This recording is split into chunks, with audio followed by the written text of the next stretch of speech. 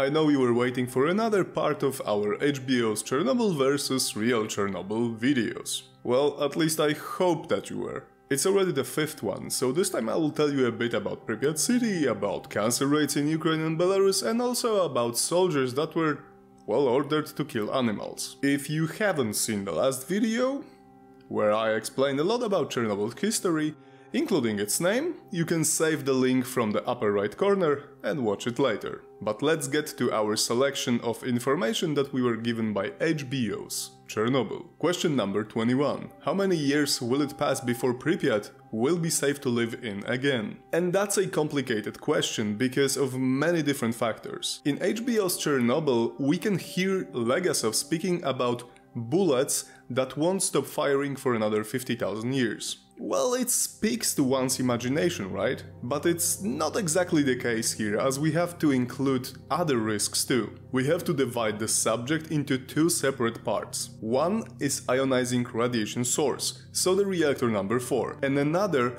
is the radioactive particles that were released in the past and are still present in the whole exclusion zone. So regarding the radiation source, there are 2 sarcophaguses over the reactor number 4 building. The first was completed in the same year as the disaster, 1986. The second one was completed less than 4 years ago, 2019. We could debate how long will the second sarcophagus contain the radioactivity, but there is no point really, as if it won't be enough in the future, probably another, newer and safer one will be built. And that's basically it. There are no other sources in the zone that still produce dangerous radiation on that scale, and it's estimated that it would take around 20,000 years to be safe again. But we have to look at the second part of the problem, the radioactive particles that were released into the atmosphere during and after the disaster. In 2010, Ukrainian government said it's fairly safe to visit Chernobyl exclusion zone, and that's true. Most of the zone areas are pretty safe, if we mean the ionizing radiation. There have to be safety measures taken into consideration, but visiting it for a few days isn't much more dangerous than a long flight between 2 distant continents, as the amount of radiation doses are pretty much similar. But, nonetheless, there are some spots inside the zone that are still irradiated beyond the safety levels. There are places like disposal sites where the radioactive waste is being stored, or where the irradiated equipment just lays on the ground, like in Pripyat Hospital, or even the area where different machines were just left standing. Also, the reactor building number 4, however safe for now and confined well, should be considered a great risk factor. Like the recent Russian invasion of Ukraine. Nobody would want to damage the sarcophagus, but wherever there are fights or battles, there is always a risk. Another thing is the leftovers themselves. If you would travel to Chernobyl today, probably the decaying buildings would pose a bigger threat than the radiation itself. Our team also have some experience with that. Michał once told, here on our channel, about the situation where the stairs he got on literally fell apart underneath his feet and he barely made it out. If he didn't, he would fall down the staircase, probably hurting himself much, and possibly the wounds could get infected pretty quickly. Answering the question, how long will the city of Pripyat be unsafe to live in, we should really think about different factors. Not only about the radiation, but about risk management and the probability of different scenarios happening, like a building falling apart or the sarcophagus being damaged. If we think about living in the area, there would be other challenges too, like transportation and crucial infrastructure like a hospital or a fire station. And even though the radiation wouldn't pose such a threat day by day, would you really feel safe for your kids to wander around the zone? Well, I don't think so. So, long story short, probably it may be considered safe after all remains of the previous Soviet era will disperse, and it would take huge amounts of money to rebuild it, which isn't exactly nobody's plan for now. Question number 22. Was there really a spike in cancer rates in Ukraine and Belarus post-Chernobyl? At the end of the final episode of Chernobyl by HBO, we are told that there were huge spikes in cancer rates among Ukraine and Belarus citizens. We can't say for sure, as before the USSR has fallen in 1991, nobody really could ask that question, as for the Soviet Union leaders, it would mean the risk of being held accountable for the disaster outcome. But if we would believe World Health Organization, this isn't true. In general, Ukrainians and Belarusians were in fact exposed to higher doses of ionizing radiation, but, quoting WHO, they were slightly above natural background radiation levels.